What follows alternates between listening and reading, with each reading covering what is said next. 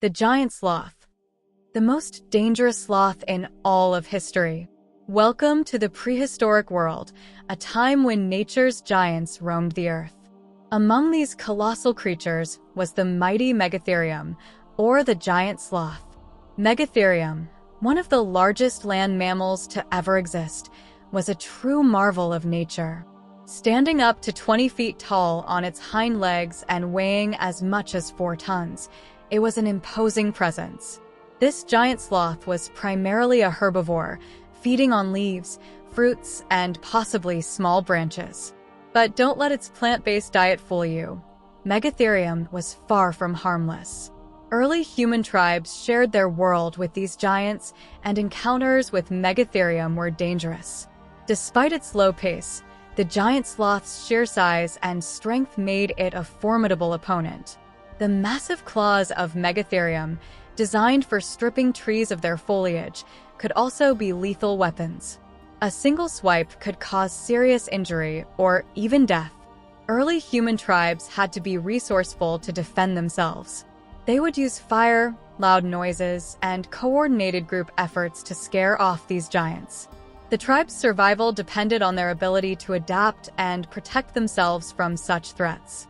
There is evidence to suggest that early humans did interact with Megatherium and may have utilized it as a food source, but direct evidence of humans eating Megatherium is relatively sparse. However, given the size and potential resources that a Megatherium carcass would provide, it is likely that early humans would have taken advantage of any opportunities to use this giant sloth for meat, tools, and other necessities. Possible evidence and theories of human activity. Cut marks on bones. Some fossils of Megatherium have been found with cut marks that suggest human interaction. These marks could indicate that humans butchered the animal for meat and other resources. Archaeological sites. Some prehistoric sites show evidence of large mammal remains alongside human tools, suggesting that early humans may have hunted or scavenged these animals. Opportunistic scavenging. Given the size of Megatherium, it is plausible that early humans would have scavenged from a dead or dying giant sloth, making use of its meat, bones, and hide. Prehistoric hunting practices. Early humans were known to hunt large mammals, such as mammoths and mastodons. If they encountered Megatherium, it stands to reason that they might have attempted to hunt or scavenge it as well.